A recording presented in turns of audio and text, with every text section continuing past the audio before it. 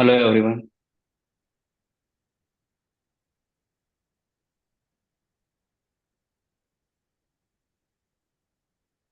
Good afternoon everyone. Today we are here to have a webinar on progressive retinal atrophy in dogs by Dr. DB Patil. So first of all, I'll introduce myself. I'm Dr. Divyesh Kilawala. I'm from Best Buds Pet Hospital, Ahmedabad, Gujarat. I'll be moderating the webinar. And if we talk about brief biodata about myself, I'm a small animal practitioner working at Best Buds Pet Hospital in Ahmedabad. I have expertise in small animal surgery, medicine, diagnostics.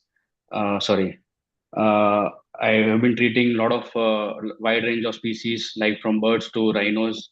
I have conducted several training workshops for small animal practice, especially in ophthalmology.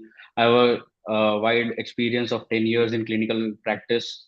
I have got more than 45 publications in international and national journals. I have been authoring 4 chapters in textbooks. I have 6 gold medals for my research excellence, and my core strengths are ophthalmology, orthopedics, avian and wildlife surgeries. And I believe in advanced veterinary care to the animals. So if we talk about the speaker, he needs no introduction. He's one of a great surgeon in India. And if we talk about Dr. D.B. Patil, he is holding PhD in veterinary surgery and radiology. He is a former director of research, Kamden University, Gandhinagar, Gujarat. He is executive secretary and fellow of ISVS, even the fellow of NAVS. He has wide experience of more than 38 years in veterinary academics, research, and extension. Formerly, he was professor and head at veterinary surgery department at Veterinary College Anand. He has also chaired ICR BSMA Committee for Clinical Subjects. He has organized several national level conventions and conferences like IAUA, ISVS, and NAVS. He was a course director for several national training workshops for hoof care, canine, and large animal surgeries, and even ophthalmology. If we talk about his academic and research contributions, he has more than 166 publications, out of which 23 are international. He has authored 7 chapters in books. He has guided 5 PhD students, 18 MBSc students. He has 27 awards for his research excellence, and he was even a fellow. He has even fellowship in INSA for Poland. He was an external examiner for Malaysian University.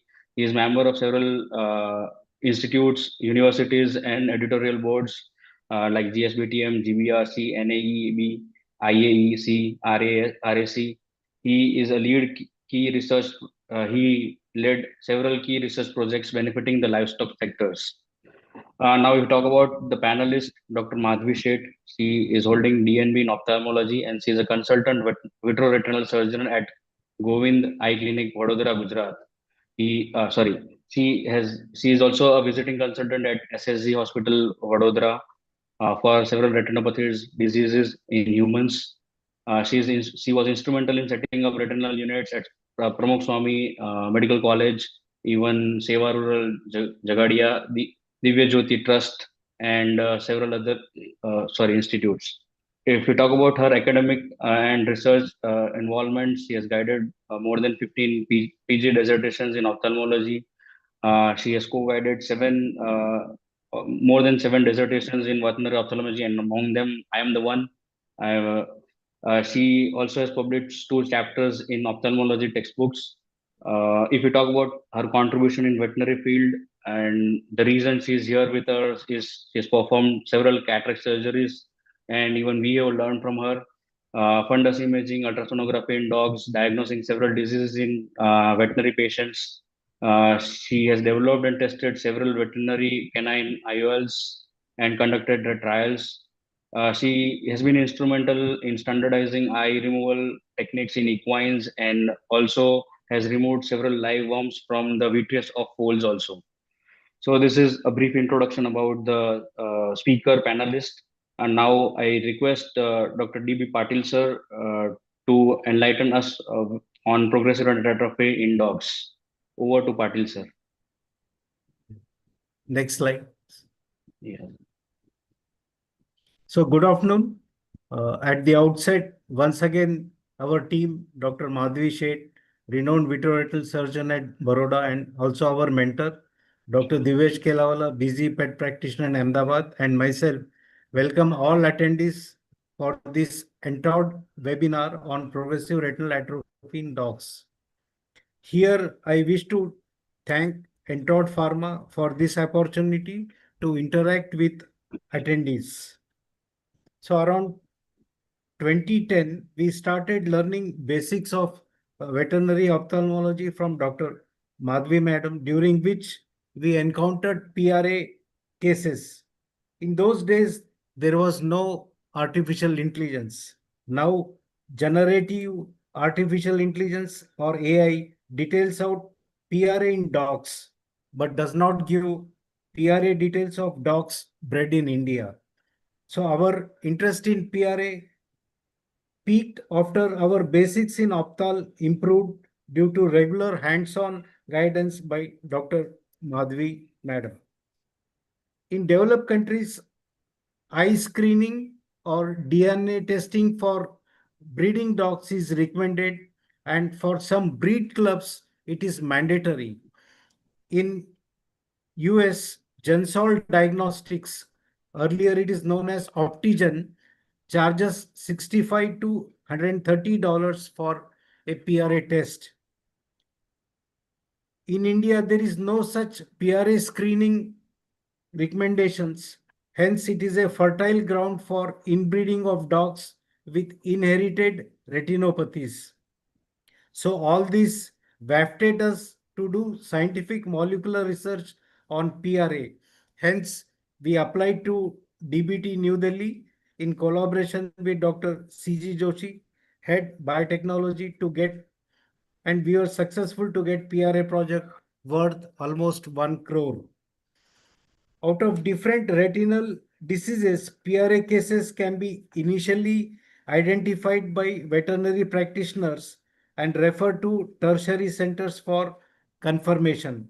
Hence, we decided to deliberate on PRA. Next slide. Hence, we decided to deliberate on PRA. Our aim of this webinar is to provide core information in order to facilitate detection of PRA clinically and also generate interest to develop ophthalmology skill sets. Next slide. Divesh, next slide. So, progressive retinal atrophy, or we call PRA. PRA is an umbrella term used to describe variety of inherited retinopathies in dogs and cats. Basically, it is a group of genetic disease, and also it is the most, PRA is the commonest inherited retinal degeneration, and it is always, most of the times it is autosomal recessive. And the best part of is it has shared clinical signs, like it starts with nyctalopia and then slowly progresses to loss of vision during daytime, hemerolopia. So results in vision impairment and blindness occurs in both the eyes simultaneously. And PRA was detected way back in 1900. Next slide. So there are 100 dogs affected with PRA, and this progressive retinal atrophy, it causes retinal degeneration. So what are the structures affected?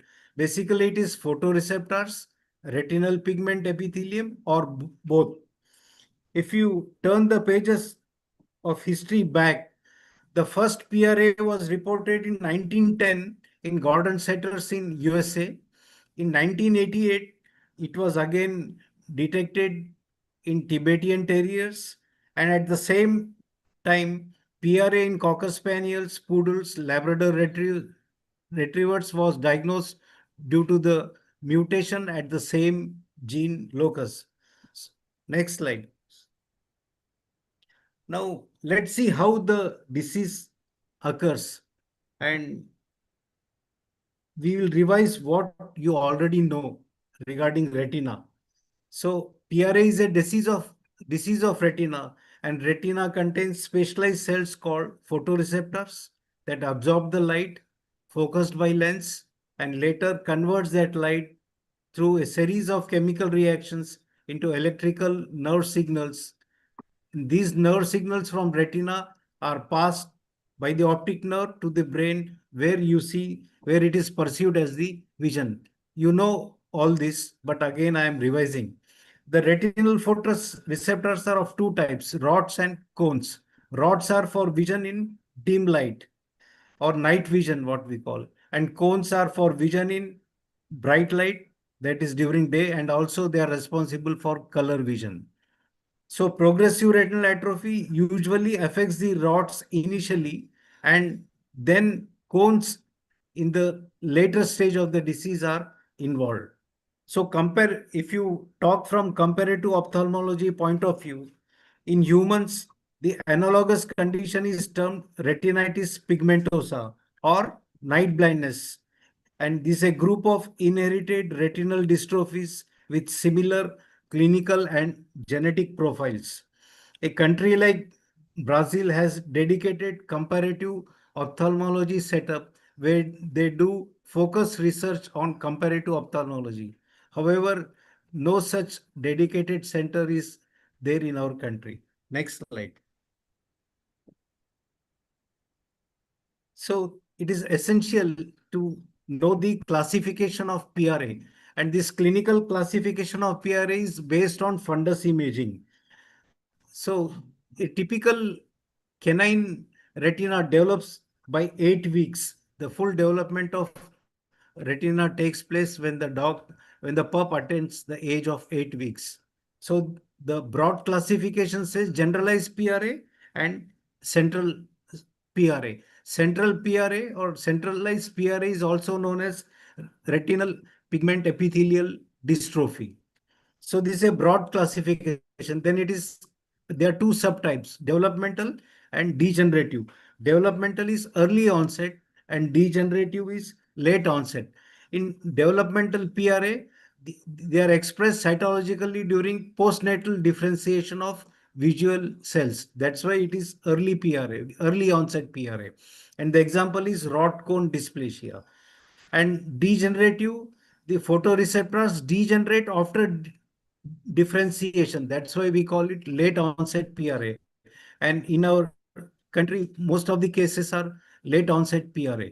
And this degenerative PRA is rod-led degeneration with slower loss of vision. And the most common example is progressive rod cone degeneration, PRCD. And there is another classification that is within groups. It is based on the type of cell affected, and it is like rod cone dystrophy seen in iris setters, cone dystrophy seen in Alaskan marmolates. Basically, in PRA, there is death of photoreceptors, and this results in thinning of retina. And biochemically speaking, there is a failure of transduction, phototransduction. There is accumulation of cyclic GMP in photoreceptors. Next. So there are different forms of PRA. I have enlisted this, and the dominant PRA form due to rhodopsin mutation is also reported, and the PRA due to rhodopsin mutation in Spitz dogs bred in India were detected during our scientific study at Anand.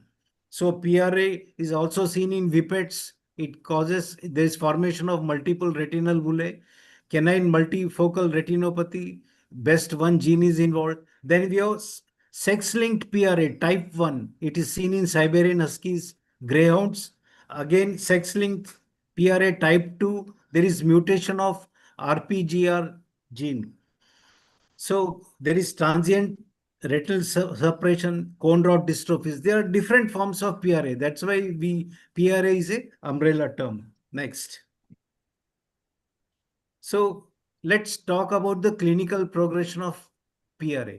So the first and important sign, initial sign is dogs with PRA will exhibit night blindness. They will struggle to navigate in low light environments.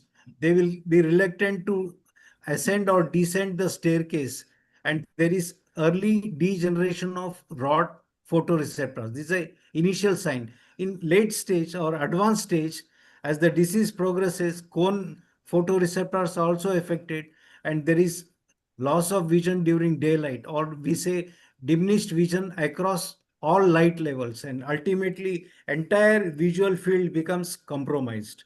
So this is about initial signs and advanced clinical signs. The ocular changes are dilated pupils due to retinal dysfunction, tapetal hyperreflectivity, or we call eye shine. And this eye shine or noticeable glow in dim settings can be easily seen when you flash the indirect light or during flash photography. So in brief, PRA is progressive and irreversible condition. Next. So the most key characteristic or clinical manifestation of progressive retinal atrophy in dogs is it is always bilateral. It is never unilateral. It is always bilateral.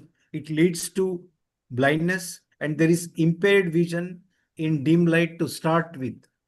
And for this, you can do visual testing like Menes response, obstacle course navigation. Next.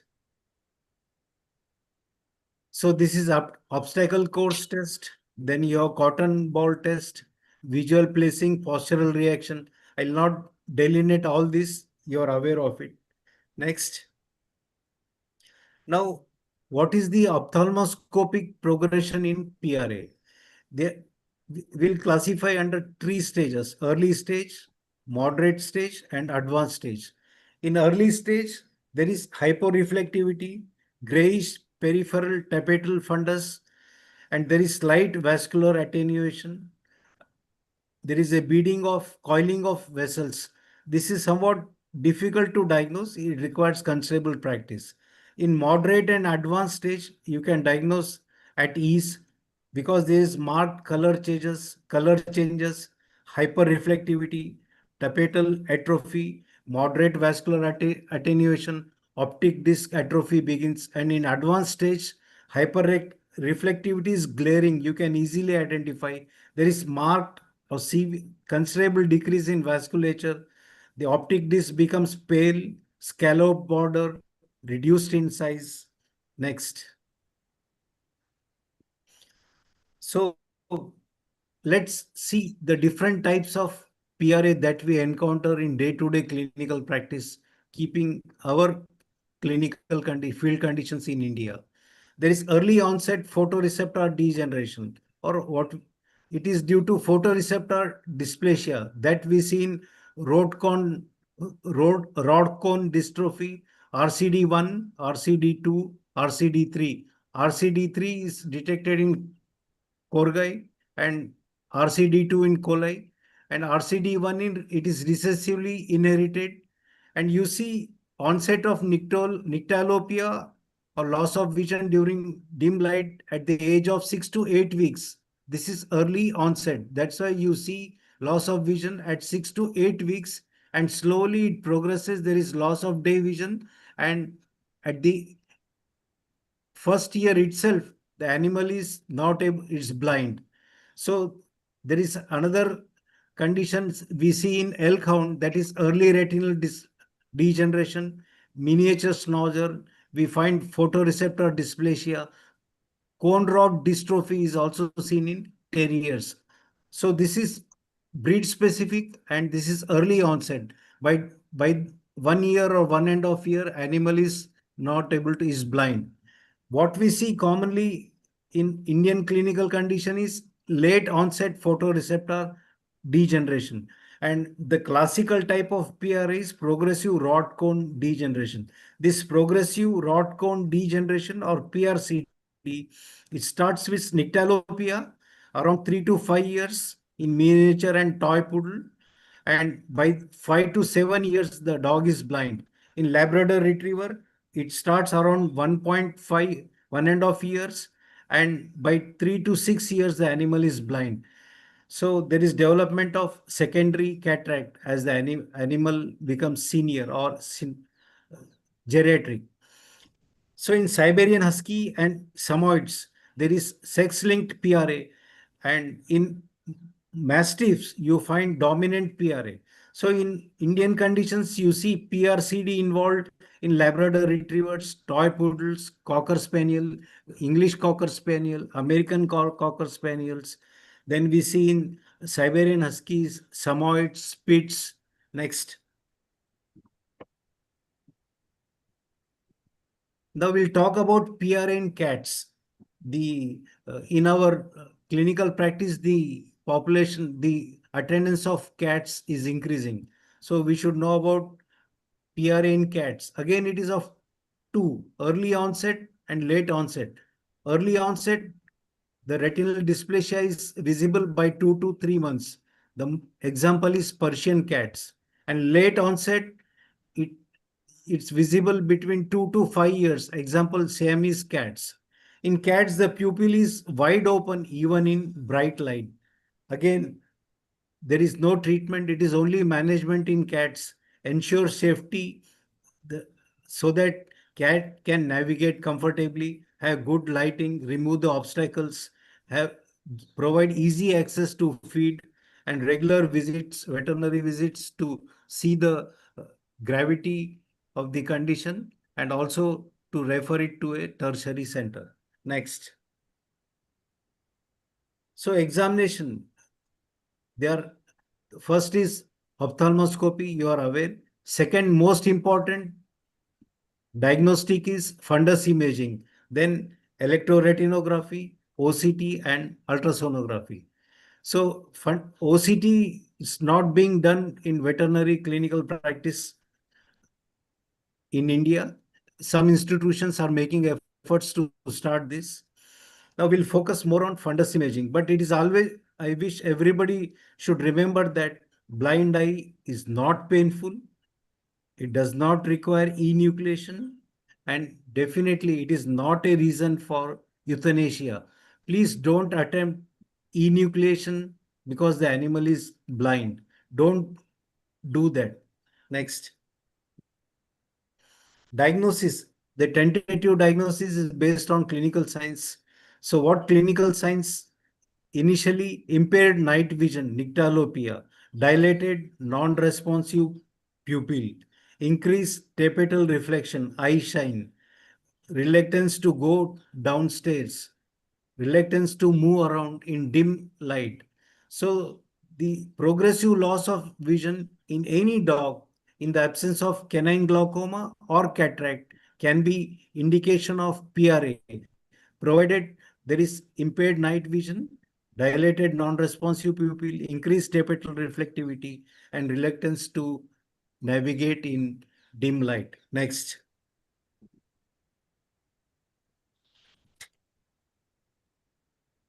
So diagnosis is by fundoscopy, and it's very fascinating, very interesting. Fundoscopy examines the retina, and it will show shrinking of blood vessels, decreased pigmentation of non-tapetal fundus, increased reflection from the tapetum due to thinning of retina, and later in the disease, a darkened atrophied optic disc.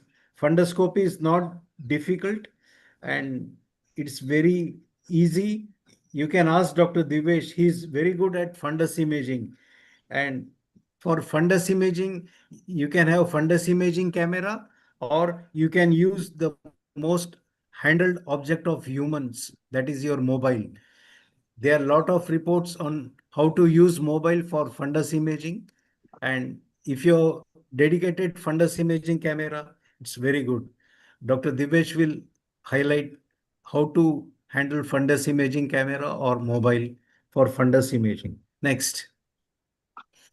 So coming to the normal fundus, these are our images we have seen in a Spitz dog, 6 years old. OD is optic disc, T is tapetum, NT is non-tapetum.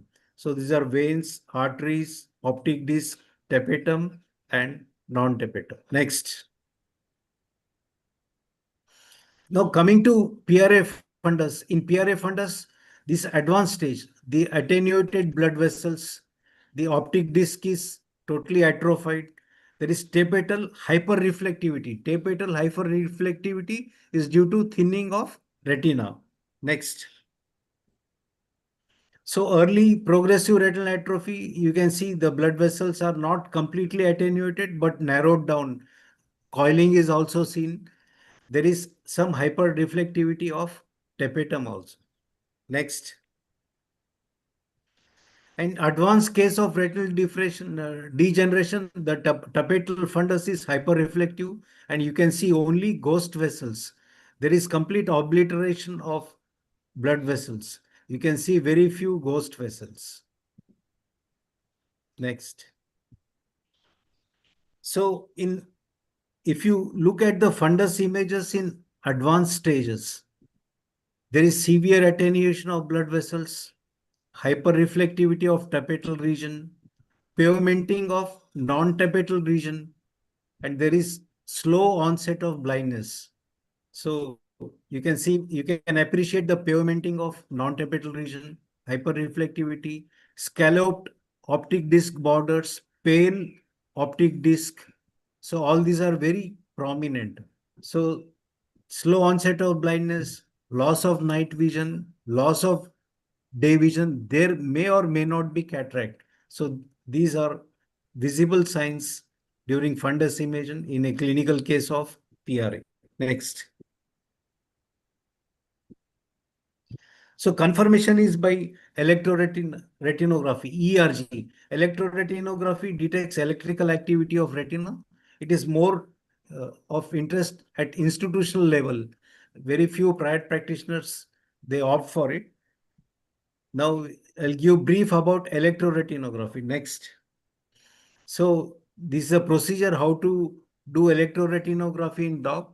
We had accurate electroretinography unit. You have to standardize it. You have to, the next slide will depict the standardization method what we have adopted. Next slide. So this is a normal electroretinogram and this is a PRA electroretinogram, PRA ERG.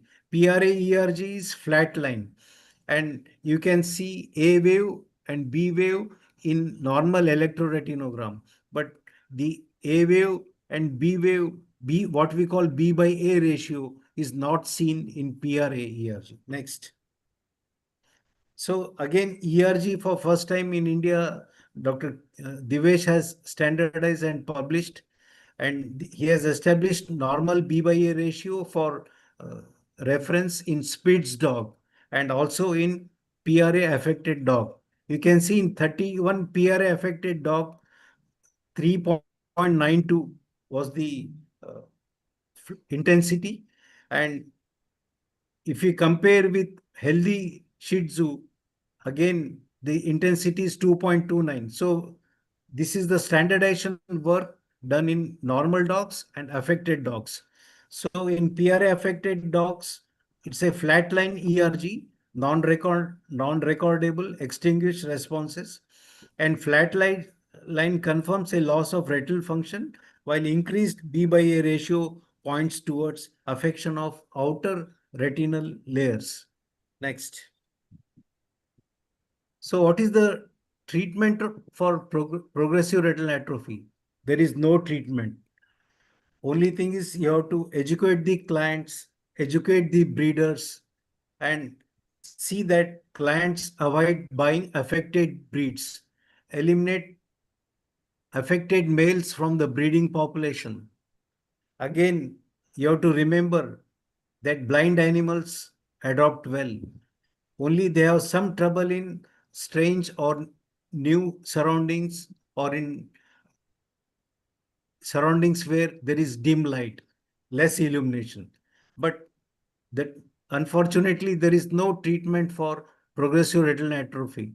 Empirically, brimonidine tartrate for its neuroprotective properties is indicated and it's administered 3 times a day.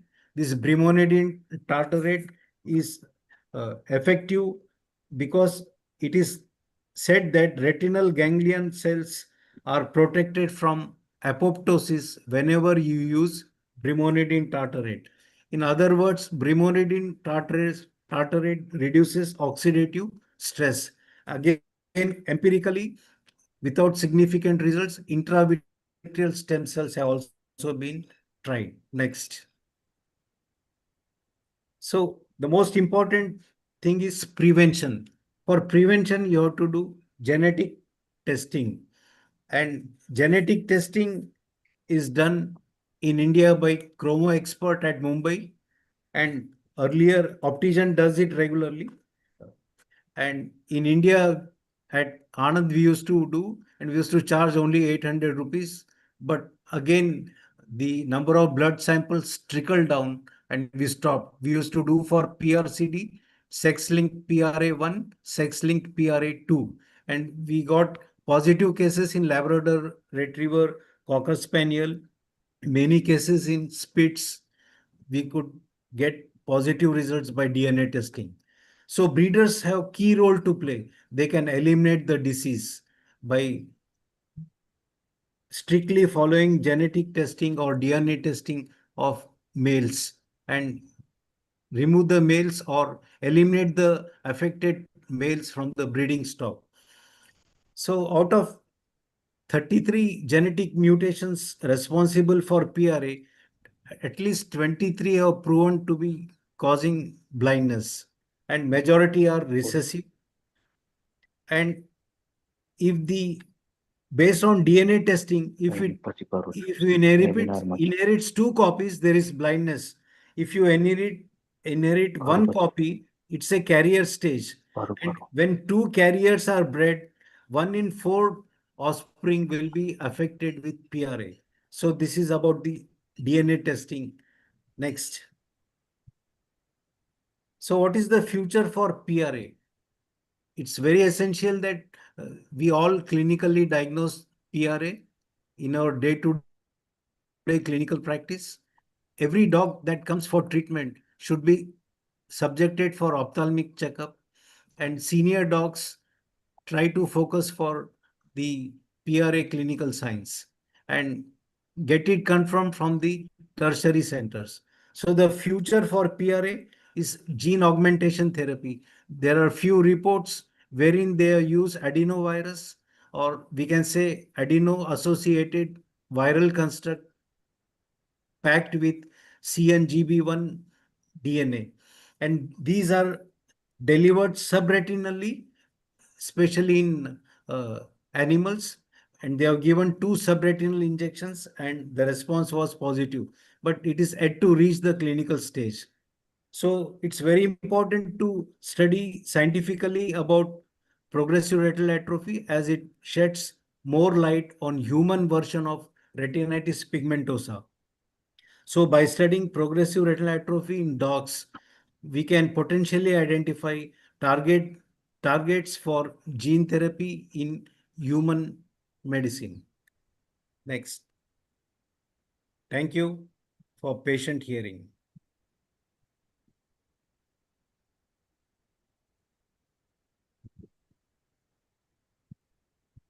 Thank you very much, sir, for your insights and enlightening us.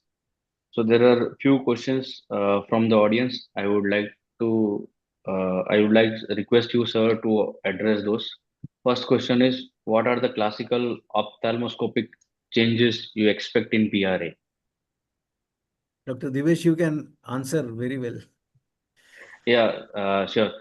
As sir has already discussed and elaborated, uh, I'd like to go to the slide and show again what are the classical ophthalmoscopic signs or changes that you see in PRA.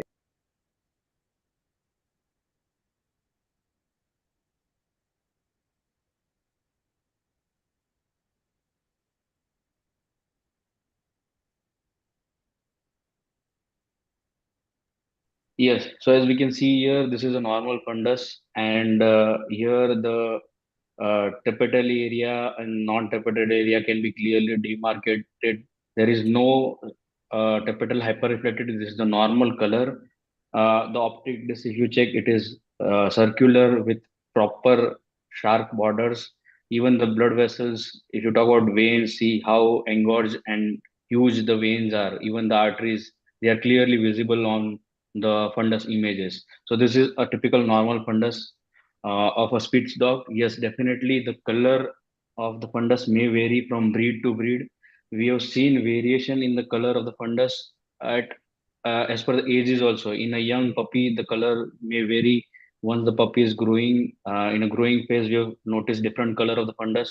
As the puppy grows and becomes adult, we have noticed different color of the fundus. So coloration wise, it may vary, but definitely we need to check for the tapetal, non-tapetal areas, optic disc, blood vessels. These are the important things that we have to check while we are suspecting for PRA. So this is a normal fundus. Then if you check the atrophied fundus, here you can see this is ideally the tapetal area and this is the non-tapetal area. But the coloration wise, the demarcation between the tapetal and non-tapetal area is not very clear. Even the optic disc, if you can check, the border is hazy and it is not very clear. The blood vessels also, there the blood vessels were very clear. The veins and the arteries were very prominently evident, but here we can hardly see any blood vessels. Very scanty or scalloped blood vessels are present on the fundus. So this is a typical PRA fundus, and these are the ophthalmological changes or fundus images that we can see. The very important first clinical sign that we can see is hyperreflectivity. When you flash a torchlight, the eye usually appears very hyperreflected. This is the tapetal glow, and hyperreflectivity is the most important sign. And then after dilating the pupils, if at all the pupil is not dilated properly, usually in case of PRA, the pupils are widely dilated and non-responsive. So you may not need to dilate also, and you can directly visualize using your mobile phone also, or you can use a 20 diopter lens and examine the eye. Even direct ophthalmoscope or indirect ophthalmoscope, whatever is available, you can with the help of that you can examine the eye. And this hyperreflectivity along with dilated pupils will be the first clinical sign, and then you can go for fundus imaging, and these are the changes that you can very clearly appreciate on a fundus image. So this is the answer to the first question. Then the second question is, how do you differentiate PRA from SARDS, optic neuritis, glaucoma, or retinal detachment? But I think, madam or sir, both any one of you can answer this question, sir. Please, ma'am. Um, well, just as you elaborated so nicely, the clinical changes that are visible in PRA, each other disorder has its own set of clinical signs. So most of the other disorders also can be diagnosed clinically. The trick is to be able to see the fundus well so that we know what to expect. So I would say like um, uh, for example, let's say a detachment. Once you've seen a detachment, there's no way we are mistaking it with glaucoma or with PRA. So I would say we need to be aware of the clinical picture seen. And that does mean getting exposed to seeing fundus images. You probably would not pick it up the first time. There's always a learning curve. Even in looking at the normal fundus, there is a learning curve. It takes almost, I would say, let's say 25 attempts to even see one normal fundus, but it gets easier as we go by. And we also keep encouraging our students to make their own library of images. So it's very easy to go into image compare or even take a second opinion in case you find an image confusing. Does that help? Thank you, ma'am. I would like to add few points to this. If you talk about optic neuritis, as madam rightly said, you need to learn to examine the fundus, so that will help in diagnosing optic neuritis. If you talk about glaucoma, definitely use of tonopen will be easy for confirming the glaucoma. If you talk about retinal detachment, B mode ultrasonography will be the best diagnostic modality to diagnose retinal detachment. ultrasonography can be used as a diagnostic modality. Yeah. So then the third question is, when should you order electroretinography?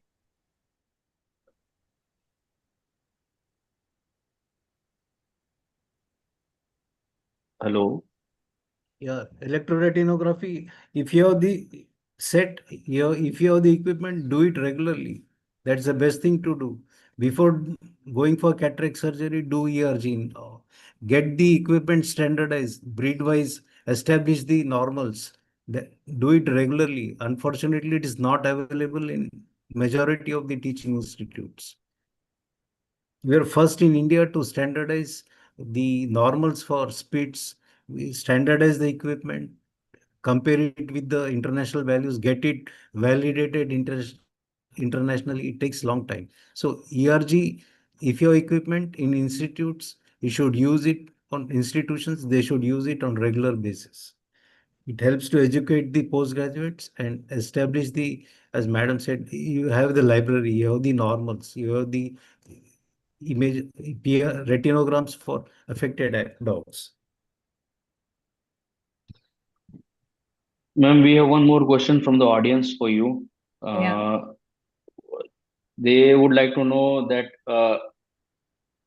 by any chance, can OCT help in early detection or diagnosing of RP or PRA? See, there is a lot to be said about a clinical diagnosis. If you look at, let's say, a simple radiologic report, you look at the best MRI in the world, you look at the best OCT, there is a bottom line under each report that says to be correlated clinically. We are treating the animal, not the report. So all the diagnostic tests that we have will be supplemental, let's say, where you cannot clinically examine the animal. Let's say you can see a detachment. There's no need to do a B-scan ultrasonography. If you see an optic atrophy, the optic disc is chalky white, the OCT will probably just act as additional documentation, because that can be proven later at the time you saw it, but you don't need it for diagnosis in a clinical setting. No, it can, in borderline cases, I would say all the modalities of imaging in borderline cases will go to supplement the clinical diagnosis. That's why we call it evidence-based. Now, let's say we are looking at OCT. A lot of people, like, let's say OCT is not a very easy test to perform. And I have no idea how much the OCT for animals has been standardized yet. Humans, OCT is a very important diagnostic tool. In fact, we now have motion sensors in our Octa images, and they are brilliant. They tell you way beyond what you can see clinically.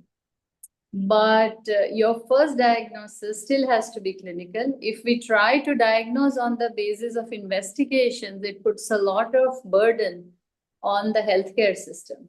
And we are doing our own intelligence a lot of discredit. We should know what test to order when.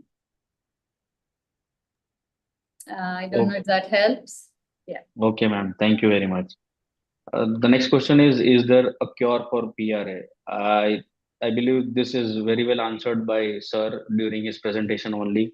So as he rightly said that there is no cure or treatment for PRA. It is the only thing that we can do is we can control or we can prevent the disease by breeding, means not breeding those particular dogs that are positive or having clinical signs of PRA.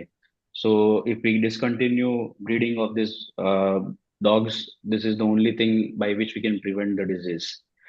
May I add something to that? Yeah, sure, ma'am. Sure, ma'am, please. Okay, so now one of the important things we noticed during our Anand tenure was that when we started doing ERG in all the dogs that were lined up for cataract surgery, which includes, of course, dogs with PRA or optic atrophy from any other cause, it gave us a guideline what prognosis to give for the animal. it told us we need not spend unnecessarily putting in a lens. We were removing the cataract only to prevent complications of hypermaturity, not to give the dog vision. So that is one very important thing, because then the owner does not feel cheated about undergoing an expensive surgery.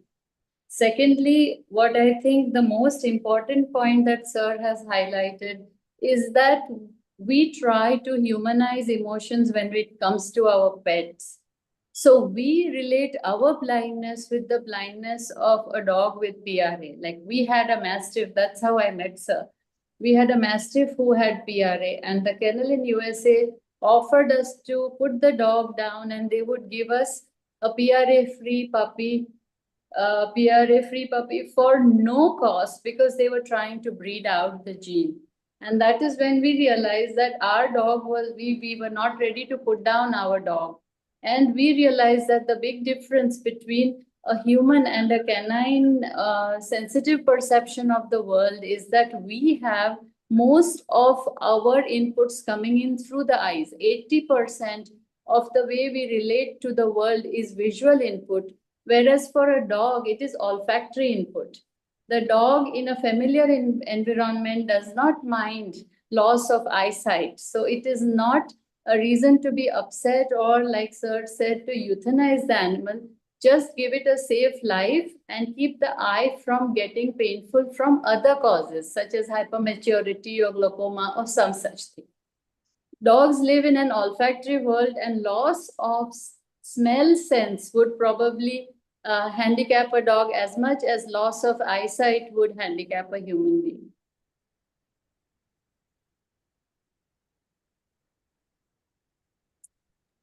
Thank you, ma'am.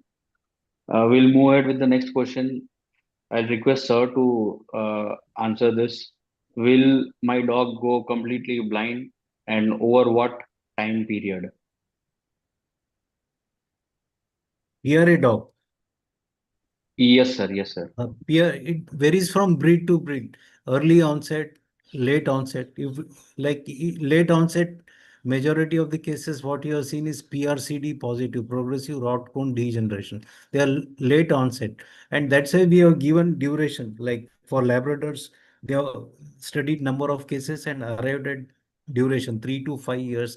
By 3 to 5 years, there is complete blindness. Again, it's variable. It's totally variable. No two cases are similar. So the range is there. But late onset means the onset is late, and by 7, 8 years, what we have seen in Spitz, around 8 years, 9 years, 10 years, 11 years, they are blind. Few they are blind at few Labradors we have seen blind at 5 years, 6 years. So it depends upon breed, affect genetics. It's multifactorial. Thank you, sir. The next question is, can PRA be painful? Sir has already answered this, that PRA or blindness is not painful, but the question comes associated with this is, if painful, what else should we suspect? Do basic ophthalmic workup, rule out glaucoma, rule out different conditions. If it is positive for glaucoma, treat for it. If there is cataract, go for it. I mean, see for other, do the basic ophthalmic workup. That workup will give the solution. Empirically, for PRA, we are treating with brimonidine tartrate, and we are using lubricants, which is routine. So the only prescription we insist is empirically again is brimonidine tartrate. Rest, as per the ophthalmology workup, treat the condition accordingly. Thank you, sir. The last question is, do cataract surgeries help dogs with PRA? I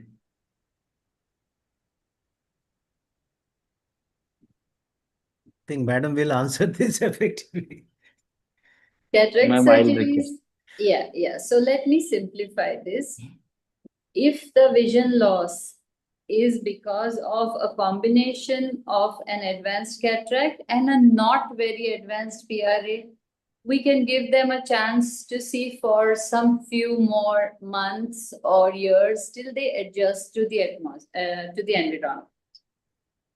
The second thing is if the cataract is hypermature and the dog has PRA and is not going to see, even then, we all know that hypermaturity comes with a set of complications that could lead to a very painful eye. It can cause secondary uveitis, it can cause secondary glaucoma, it can dislocate into the anterior chamber, causing a very painful corneal condition called bullous keratopathy. It can drop into the vitreous and push the vitreous anteriorly, which can cause vitreous-related vitreocorneal touch and all those syndromes.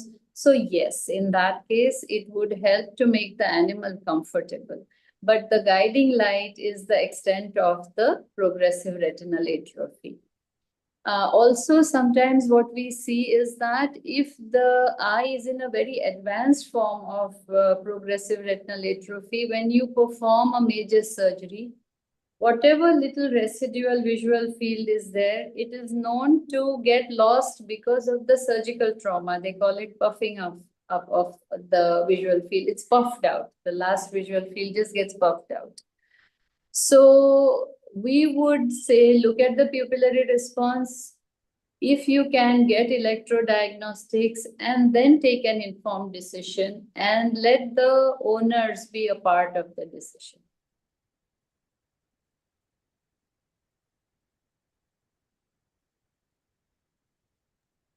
Thank you, ma'am. So that is all for the question answer session. I would Dr. like Divesh, to, I feel all private yes, practitioners should make efforts to educate the breeders in their respective locality to screen the dogs for PRA. And that's how it's a one preventive strategy is there. They should educate the breeders in their locality about the importance of PRA and need to eliminate the carriers from the breeding stock. There is uncontrolled breeding of dogs with inherited retinopathies in our country, and the best way is prevention. true, sir. I agree I with would you. second that also, because even with all the advances in medicine, we still don't have a cure for retinitis pigmentosa in humans. So we are not looking at an immediate magic scenario of cure, and prevention is definitely better. We breed out the bad genes when we can. So for example, in RP in humans, one of the common causes of, just as we talk about inbreeding in dogs, there are what we call consanguineous marriages in humans. That is seen in a lot of communities, which is done for the safety of the daughter, that she goes to a safe, known cultural environment. But the children take a hit because of the inbreeding. RP is very common, where let's say they marry the maternal uncle or they marry a first cousin or so on. And that is out of social need. And here the breeding is purely because of a monetary drive. So if we can, we should encourage breeding out bad genes. Thank you, ma'am. So I would like to thank both my teachers and mentors, Dr. Deepak Patil sir and Madhvi madam, for their time and sharing their valuable thoughts with all of us. I would also like to thank the organizers, Entod Pharma, Mr. Vishal and Mr. Raman, for their kind support and inviting us to deliver a talk on progressive retinal atrophy. Uh, Finally, I would like to thank the speaker, the audience for coming in large number to attend the webinar. Thank you all. Thank you, everybody. It has been a wonderful session. Feel free to email Divyesh or Patil sir if we can be of help in any way.